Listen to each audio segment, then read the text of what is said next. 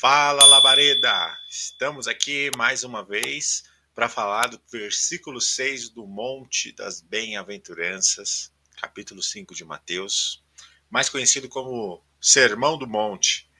E no verso 6, conforme a sequência que a gente está fazendo aí, ele fala o seguinte: Bem-aventurado os que têm fome e sede de justiça, porque eles serão fartos. O que será que Jesus quer dizer com isso? Lembra? Primeira regra, a gente precisa colocar os óculos de Jesus, né? Para quem não viu os vídeos anteriores, os óculos de Jesus é o que a gente chama de filtro para entender através de Cristo aquilo que ele está falando, ok?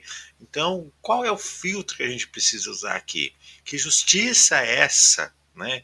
Que os bem-aventurados, felizes, que têm fome e sede dessa justiça vão ser fartos. Jesus está falando sobre ele mesmo. Por quê? Quando o homem pensa em justiça, ele já pensa na sua forma de julgar, na sua justiça, né? Porque Deus é justo, então ele vai me favorecer em tal situação. Ou Deus é justo, e eis que te digo que Deus está fazendo justiça em sua causa, sabe? A gente tem esse desejo, esse sentimento humano e carnal de querer sempre colocar o homem no centro, sendo que no centro quem precisa estar é Deus. E o que eu quero dizer com isso? Quando Jesus fala bem-aventurados que têm fome e sede de justiça, ele está falando da justiça de Deus. Quem tem fome e sede da justiça de Deus. E claro que a gente não vai entrar em detalhes maiores sobre isso, mas só para vocês entenderem que a justiça de Deus é a justificação pela fé. Ou seja, Jesus que morreu para que o preço dos pecados fosse pago. E assim, aquele pecador que vivia morto por causa do pecado foi feito justo. E o que isso quer dizer? O camarada lá que ele bebia e batia na esposa e fazia arruaça, conhece a Cristo e ele muda de vida.